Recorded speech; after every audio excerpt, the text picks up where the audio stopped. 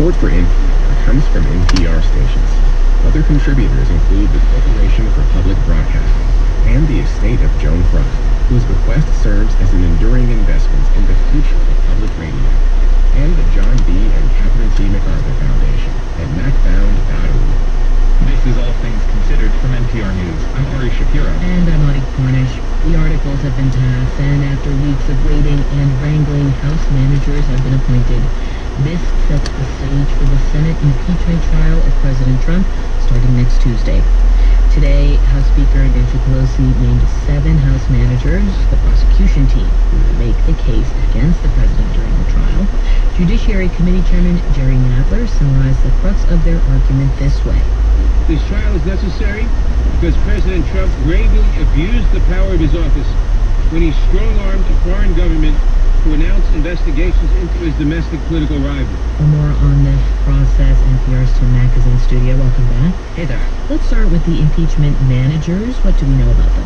So there's no shortage of Democratic lawmakers who would have wanted this role, which would be to make the case to the Senate. But ultimately, Pelosi chose just 7 individuals to be the public face of this trial, and they stood with her as she made the announcement today. It was a diverse set of managers, women, people of color, to emphasize the varied backgrounds in her caucus.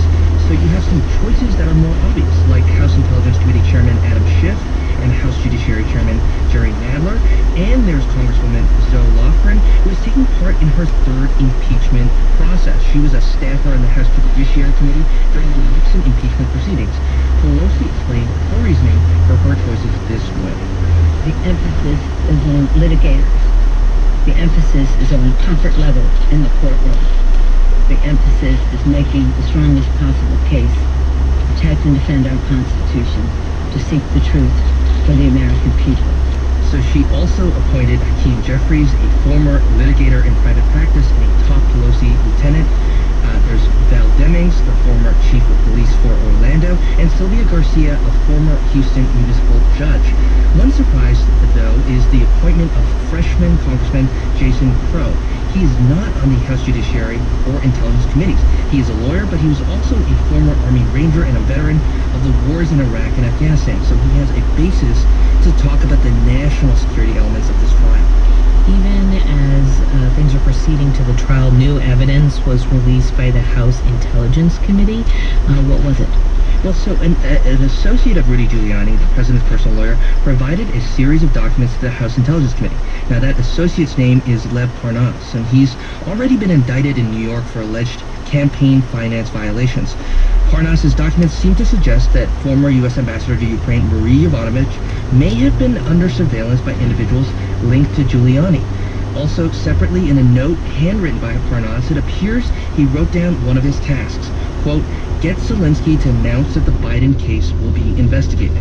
These documents back this notion that the president's allies were pressuring Ukraine to target the Bidens. And of course, that's what this impeachment process has all been about.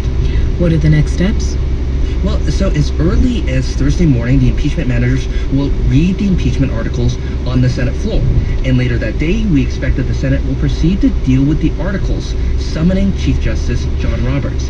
The Chief Justice will be sworn in by the longest-serving member of the Senate, known as the President Pro Tem of the Senate, that's Senator Chuck Grassley, and then he will in turn swear in the senators, that is, the Chief Justice will. The president will then be summoned and given time to respond to these allegations, with a trial expected to begin next Tuesday. The president has said he believes that he will be fully exonerated by this process, and Senate Majority Leader Mitch McConnell agrees with that, believing that this is a purely political process. NPR's Tim Mack. Russian Prime Minister Dmitry Medvedev abruptly resigned today, along with the rest of the cabinet. The unexpected announcement came immediately after President Vladimir Putin proposed changing the Russian constitution. All of these in itself is change the way they go. This all may be connected to Congress to face the hurricane for the term in 2024. We're joined by reporter Charles Maine from Moscow. Hi there. Help us understand what happened today. Did Medvedev and the rest of the cabinet come, or were they pushed? Yeah, they came up federal assembly. It's kind of like a State of the Nation speech. Again, it mostly focused on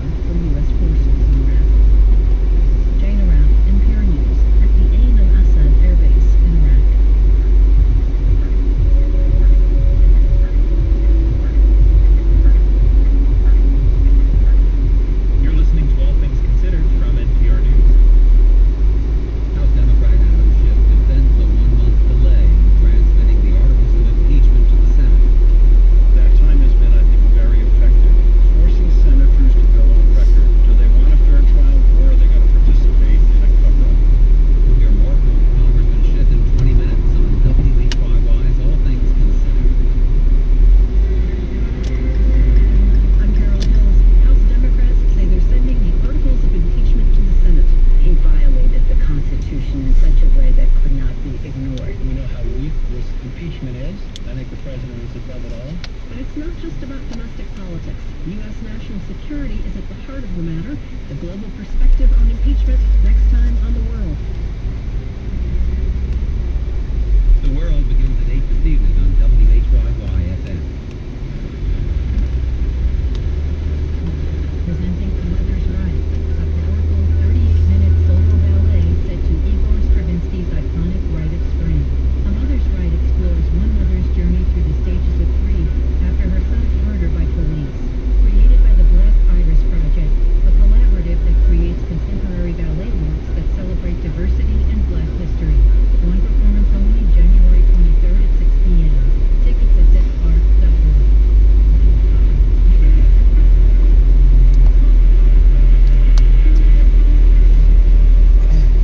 WHYY hosts more than 60 events each year, and whether it's watching a live interview with Marty Musselwhite, or getting a chance to hug Daniel Tiger, catching a preview of a brand new show, or hearing from a panel of experts about an issue that impacts our community, trying out new local foods, or exploring hidden treasures in our region, there's always something going on at WHYY. Check out our calendar of upcoming events and reserve your tickets right now. Visit WHYY.org/events. Support for NPR comes from this station. And from Deloitte, committed to helping clients see the possible in digital transformation and achieve it to transform work, business, and communities at Deloitte.com/US/only-see-possible. And from Zoom. Zoom turns a conference room into a Zoom room with video and audio conferencing, wireless content sharing, and one tap to start a meeting. Zoom has more online at zoom.com. Zoom. Meet happy. From NPR News, this is All Things Considered. I'm Ari Shapiro. And I'm Audie Cornish. The Trump administration has decided to expand a major immigration detention center in California, despite scathing criticism of the facility from watchdogs within the Department of Homeland Security. NPR has obtained new information from a previously confidential inspection of the facility. The inspection found that bad medical care at the facility was likely responsible for burn deformities and even detainee deaths. In one case, a detainee was kept in solitary confinement for 2.5 years.